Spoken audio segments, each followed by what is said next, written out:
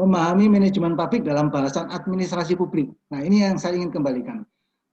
Kalau hanya memahami manajemen publik saja, saya keberatan. Harus memahami manajemen publik dalam konteks administrasi publik. Ya. Karena kalau manajemen publik dibicarakan di fakultas ekonomi, saya kira nggak konteks gitu ya. Ya. Memahami manajemen publik dalam bahasan administrasi publik. Mudah-mudahan nanti Bapak Ibu menjadi paham maksudnya. Nah, kira-kira begini. Kalau gambar tugas pemerintah tadi kita kembangkan ya, yang tadi saya buat gambar itu ya, ketertiban keamanan pertahanan satu kota, penegakan hukum satu kota, lalu pelayanan publik di satu kota. Nah, seperti ini kita kembangkan. Maka di mana public management itu? Manajemen publik itu. Ya. Manajemen publik itu adalah mengatur pelayanan publik ini. Dia tidak menjadi tugas pemerintah di awal, tetapi menjadi kebutuhan maru-maru. Kita perlu manajemen publik baru, itu kan yang tadi saya ceritakan itu, ada teori baru, gitu kan. Ya. Untuk apa? Untuk membantu pelayanan publik yang tujuannya seperti ini, membangun pelayanan infrastruktur, pelayanan kebutuhan dasar, pelayanan agama dan kesejahteraan, pelayanan kesehatan dan lain-lain, ini bisa tercapai secara benar dan bagus, good governance. Jadi public management dalam konteks administrasi publik, ya, itu bukan tiba-tiba muncul lalu kemudian seakan PDW, enggak, ya. Dia meskipun muncul tiba-tiba, tapi dia masih ikut ranah ini, kira-kira gitu. Jadi pelayanan publik itu di-manage oleh manajemen publik supaya good governance. Tidak bisa di-manage terus asal keluar, nggak bisa. Saya beri contoh misalnya begini, beri contoh. Agak sulit mencari contoh yang tidak Indonesia ya. Tapi kalau cari contoh Indonesia takutnya ada yang sensi itu. Misalnya begini, misalnya membangun masyarakat milenial. Oke. Melayani masyarakat milenial. Kira-kira itu judulnya, tentang pelayanan masyarakat milenial. Oke. Kalau tujuannya adalah good governance, maka membangun atau melayani masyarakat milenial itu tidak mungkin menimbulkan kegaduhan. Gitu. Mari kita lihat, coba lihat bagaimana masyarakat milenial sekarang dikembangkan. Ya. Ini belum sampai mencapai good governance. Belum sampai ini gaduh terus. Apa artinya itu? Manajemen publiknya tidak dalam konteks administrasi publik. Ya. Manajemen publiknya ya asal manajemen publik. Ya. Konkretnya lagi kira-kira begini. Yang jadi manajer publiknya itu adalah staf ahli. Staf presiden bidang milenial. Misalnya begitu ya. Enggak apa-apa ya, ini kan ruangannya kan terbatas ya. Lalu kenapa? Kalau dia tidak konteksnya administrasi publik, dia bikin surat perintah. Waduh, kebablasan karuan. Iya loh. Ilmiah ini Pak, enggak apa. Lah iya, enggak khawatirnya. Ini kan ada banyak pejabat nanti kalau sensi. Tapi saya bertanggung jawab dengan apa yang saya sampaikan karena ini adalah bagian dari cara berpikir ya, bukan olok-olok gitu ya. Jadi kalau konteksnya adalah administrasi publik, maka dia targetnya adalah good governance yang belum kita bicarakan ya. Nanti setelah UTS, good governance itu apa gitu ya. Ya. Apapun public manajemennya harus selesai di good governance. Apa sekarang yang dikembangkan? Taruh misalnya ini, bagaimana public manajemennya pelayanan COVID? Ya. Kalau targetnya adalah menciptakan good governance, pasti benar. Tapi memanage COVID ternyata gaduh di sini. Ada gubernur dipanggil polisi, ada polisi, ada Kapolda dicopot, ada siapa lagi, itu gaduh itu. Tidak menimbulkan good governance. Something wrong itu pasti itu. Tapi kalau kita tidak bahas public management dalam konteks administrasi publik, benar, maksudnya benar gimana? Kenapa dicopot Pak? Lu kan terserah aku bosnya kok. Iya betul. Teori administrasi manapun Orang berwenang, orang berkuasa boleh mencopot dan memberikan uang sewaktu-waktu, boleh itu.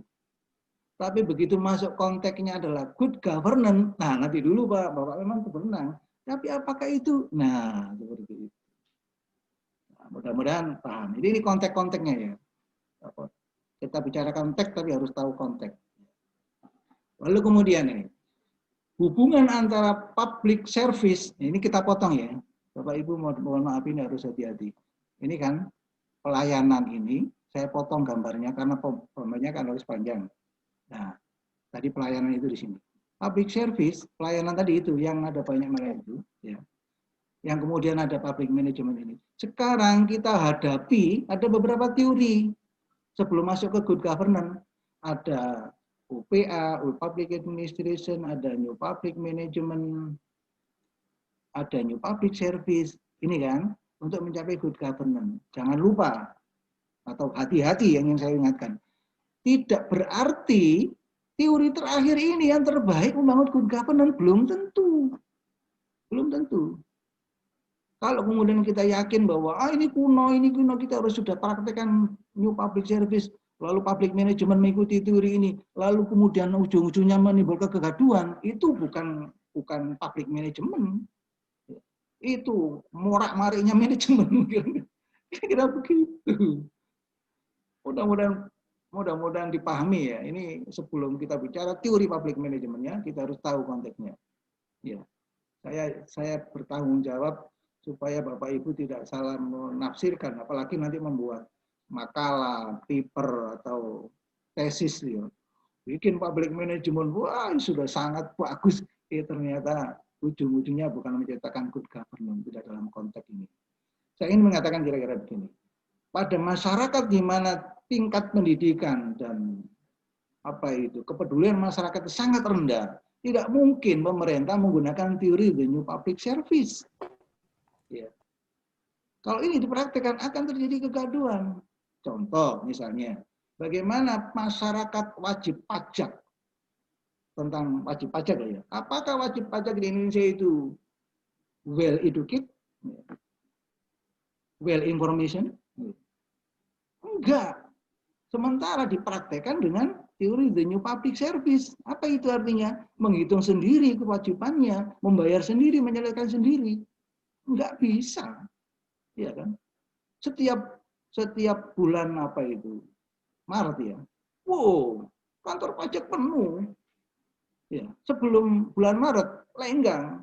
Nah, itu pasti something wrong itu. Masa urusan pelayanan itu ada bedanya antara bulan Januari, bulan Mei kosong gitu. Negara tutup kok oleh ngono gitu ya. Ini masalah. Nah, jika memang pajak itu sudah wajib pajak sudah dididik dan semua orang paham bagaimana cara mempraktekkan the new public service, baru dipraktekkan. Nggak akan terjadi itu orang numpuk di bulan Maret gitu. Atau ada orang yang nunggak pajak yang nggak ngerti gitu. Kadang-kadang kita juga nggak ngerti kalau tagihan pajak. Loh, menunggak. Ya apa ceritanya kok nunggak? Kalau kemudian warga wajib pajak komplain, pasti kalah. Ya. Itu bukan good governance itu. Good governance itu malah dia terima kasih pada wajib pajak. Di sini enggak. Orang yang taat membayar pajak malah kadang-kadang malah kena aturan. Sementara yang ngemplang-ngemplang pajak, ya, malah dapat keringanan. Saya tidak sekedar ngomong, silakan dilihat itu banyak cerita-cerita begitu gitu ya. Nah, saya ingin katakan kalau memang masyarakatnya masih tidak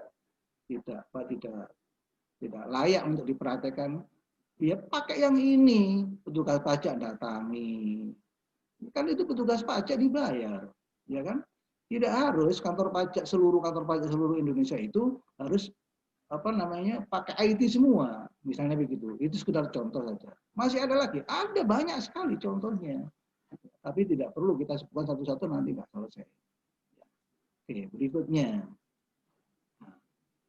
Apa itu public management? Nah, bahasa kuncinya adalah transformasi. Transformasi ini penting. Public management itu tadinya menganggap bahwa kira-kira begini ya. administrasi kuno itu tidak melayani, tidak ini kaku dan seterusnya, lalu kemudian perlu transformasi. Saya ingin kembali ke sini tadi ya. Saya ingin mengatakan dari old public administration ke new public management, ke new public service, ini bukan ini saja yang transformasi. Dari sini ke sini bukan saja yang transformasi.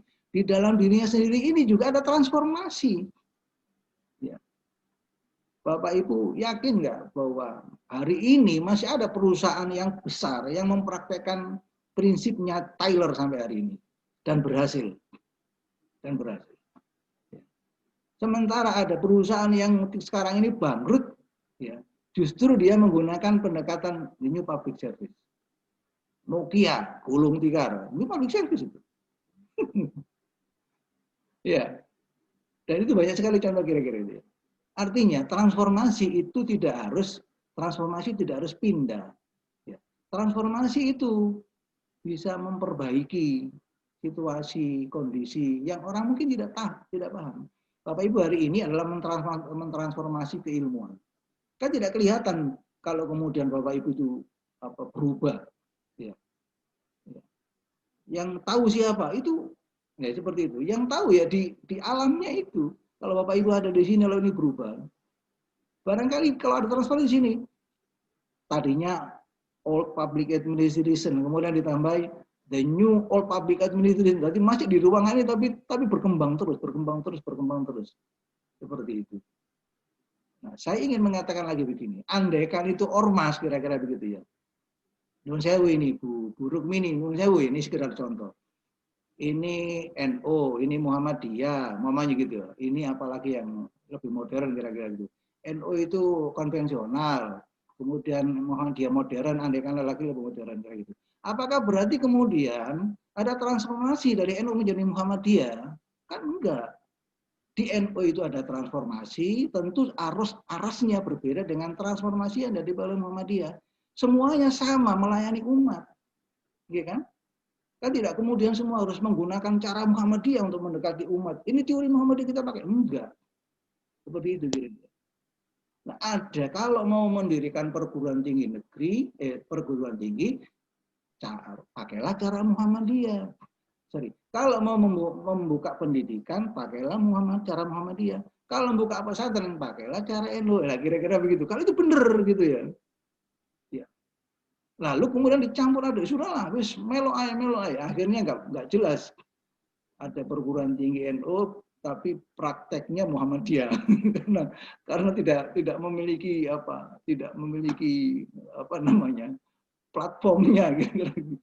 Dan begitu terlalu campur aduk. Ya. Seperti ini yang ingin saya katakan. Mengapa di fakultas di IAIN yang sekarang menjadi Universitas Negeri UIN, Universitas Islam Negeri, itu lalu harus sama dengan universitas umum, harus ada fakultas ekonomi, harus ada fakultas sosial politik dan seterusnya. Itu kan, oh itu transformasi, itu salah, transformasi yang salah kalau itu dalam bidang melayani publik.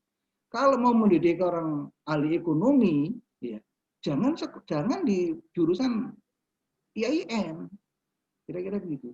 Andai kan di IAIN itu pasti harusnya harus embel-embelnya ekonomi syariah, kira-kira begitu. Dan di perguruan tinggi umum tidak boleh membuka ekonomi syariah, kira-kira begitu, harus ada pembagian. Ini sama. Hari ini sama.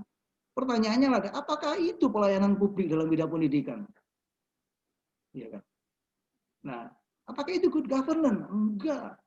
Tidak ada standar lulusan ekonomi fakultas dari UIN dengan lulusan ekonomi dari UNER, standarnya apa? Yang ukur siapa? Gimana good governance? Kira-kira gitu. Itu kalau contoh ya, kalau contoh ditarik ke sana. Gitu ya. Jadi kata kuncinya transformasi, bukan harus pindah jalur ya. Transformasi itu bukan harus pindah jalur. Tapi memperbaiki kualitas diri itu adalah transformasi. Ya. Transformasi itu bukan berarti kalau orang laki kawin lagi enggak. Tapi mempercantik istrinya yang hari ini, yang sekarang, yang satu-satunya, itu transformasi juga. Ya. Kalau transformasi itu dimaksudkan adalah masna wasula sawaruba'a. Selesai itu malah Malah gak karu-karuan kira-kira, walaupun itu boleh gitu ya. Mudah-mudahan paham, ini contoh saya agak nakal ya, mudah-mudahan paham. Oke. Nah ini juga saya kira tidak perlu saya perpanjang karena materi kita banyak. Ini saya kirim ke Bapak Ibu kan cuma 2, ini masih banyak. Sekarang ini tadi sudah ini pemulihan. Ini fungsi yang tadi fungsi manajemen saya kira tidak perlu diulang-ulang. Nah, tentang manajemen publik dan kebijakan publik. Kalau di materi sebelumnya saya sampaikan juga, ada pakar yang mendefinisikan manajemen publik itu dianggap identik dengan kebijakan publik. Nah, di sini dibuat semacam dielaborasi. Kebijakan publik itu merefleksikan sistem otak dan saraf dalam tubuh. Kalau manajemen publik itu mempresentasikan sistem jantung dan sirkulasi dalam tubuh.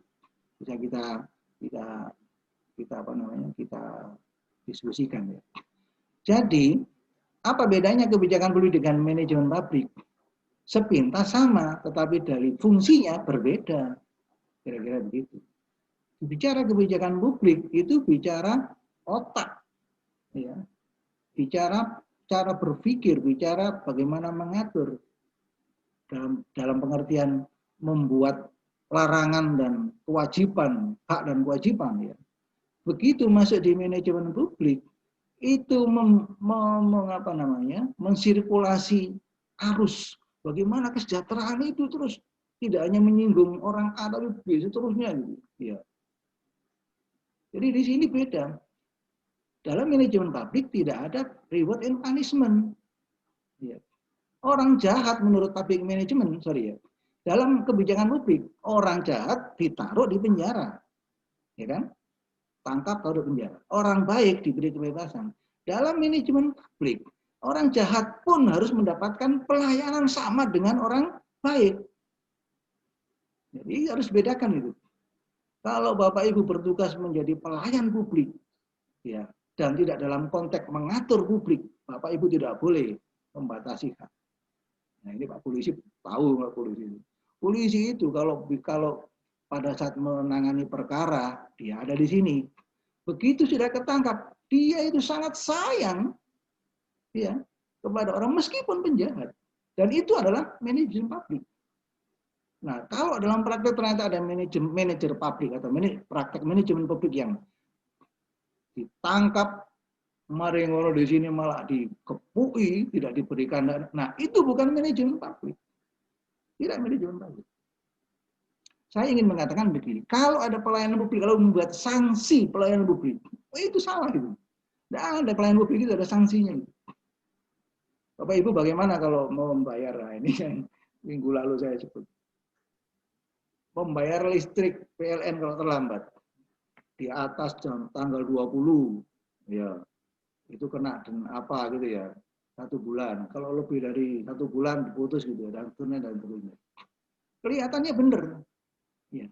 Itu kalau dia ada di wilayah kebijakan benar, tapi di wilayah pelayanan tidak boleh. Ya. Manajer bagian memberikan aturan berbeda dengan customer service di sini. Ini manajer, Pak gimana Pak? Nggak bisa. Begitu masuk ke customer service, Mas gimana? Oke. Dibantu di sini kira-kira begitu ya. Jadi kalau di bank ada orang mengambil uang ke kasir, kasirnya bertindak sebagai mengatur. Karena tanda tangannya nggak cocok, nggak bisa balik kan. Apa yang dilakukan oleh orang itu? Datang ke customer service, minta pelayanan. Dia apakan di situ? Customer service sikapnya tidak sama dengan kasir. Apa yang kurang Pak? Dibantu apa? Itulah pelayanan. Mudah-mudahan Bapak Ibu bisa membedakan namanya. Nah, kalau kita bicara public management, itu tidak ada punishment. Kalaupun harus ada reward, nggak apa-apa. Tapi tidak ada punishment. Aslinya tidak ada reward dan tidak ada punishment. Itu seperti orang membangun masjid, melayani umat bangun masjid. Apakah pernah orang bangun masjid atau gereja itu diperuntukkan untuk orang baik saja? Enggak. Siapa saja boleh masuk di situ. Sama dengan orang membangun toilet umum. Nggak bisa toilet umum itu hanya berlaku untuk orang-orang tertentu. Enggak. Namanya toilet umum siapa saja boleh masuk di situ. Gitu ya. Nah, paham kan? Di beda antara administrasi kebijakan publik dengan manajemen publik sudah sangat jelas seperti itu. Oke, ini juga saya kira, tadi kembali sini lagi. Nah, ini juga saya kira mengulang saja. Ini doktrin. Bagaimana doktrin manajemen publik? Pertama, fokus pada aktivitas, kinerja, dan efisiensi. Oke, ini tidak perlu penjelasan. Yang kedua, memecah birokrasi pada unit-unit terkecil yang terhubung langsung dengan pelayanan publik. Maksudnya supaya menjangkau itu ya, jangan sampai ya kayak polisi lah. Ada kantor di Polda itu ada kantor, nanti ada kantor di mana itu dulu ada Polwil ya. Nah, sekarang Polres lalu ada di mana itu di wilayah itu apa namanya? Polsek misalnya gitu. Itu mendekat.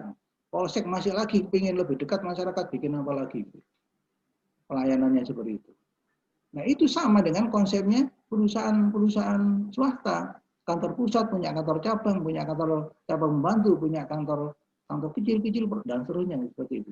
Itu namanya desentralisasi, jadi apa namanya dipecah-pecah. Tapi dipecah-pecah itu dalam koridor satu kesatuan, satu perintah. Tidak boleh perintahnya itu lalu karena nggak boleh karena ini satu kesatuan. Yang ketiga adalah pemanfaatan pasar semu atau kontrak kerja untuk mendukung persaingan. Jadi targetnya kalau kita mau menerapkan persaingan itu bukan persaingannya, ya, tapi mendorong terjadinya perlombaan untuk menjadi lebih baik. Kira-kira gitu. Nah, itu yang terakhir ini untuk menekankan pada otonomi, sasaran jangka pendek, dan inisiatif anggaran. Kenapa public management itu doktrinnya harus terbatas pada apa namanya itu periode tertentu, periode anggaran, karena pelaksanaan pelayanan umum itu terminnya adalah mengikuti termin anggaran, termin skala waktu 1 tahun, misalnya gitu, dievaluasi. Kalau 1 tahun itu dibagi lagi menjadi dua semester, 6 bulan pertama, 6 bulan dievaluasi. Kalau 6 bulan pertama itu dievaluasi menjadi kuartal, itu 3 bulanan. Kalau dievaluasi bulanan menjadi laporan bulanan, kira-kira begitu. Ya.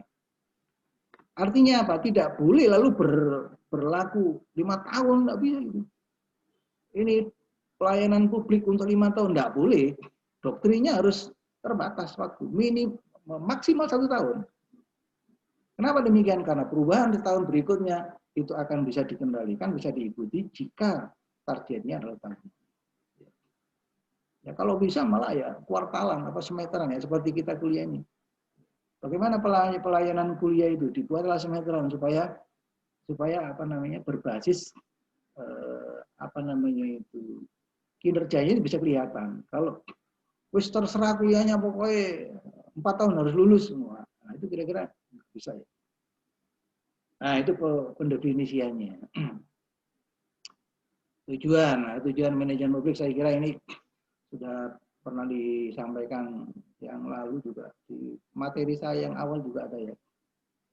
Jadi ada banyak beda pendapat tapi kira-kira mirip-mirip lah. Ada yang mengatakan tujuannya adalah efektif efisien, lalu pegawai yang berkompeten, lalu akuntabel. Ada yang mengatakan efektif efisien sama, akuntabel sama, lalu bukan pegawai yang berkompeten tapi problem solver. Saya mengartikan pegawai yang berkompeten pasti bisa memecahkan masalah. Pegawai yang bisa memecahkan masalah pasti berkompeten. Jadi sebetulnya ini elaborasi saja. Ya. Yang penting adalah public management itu punya tujuan, target, efektif efisien terpenuhi, pegawainya berkompeten dan mampu memecahkan masalah. Nah, katanya Tejo itu yang solutif gitu loh. Lalu bertanggung jawab. Oke. Sesi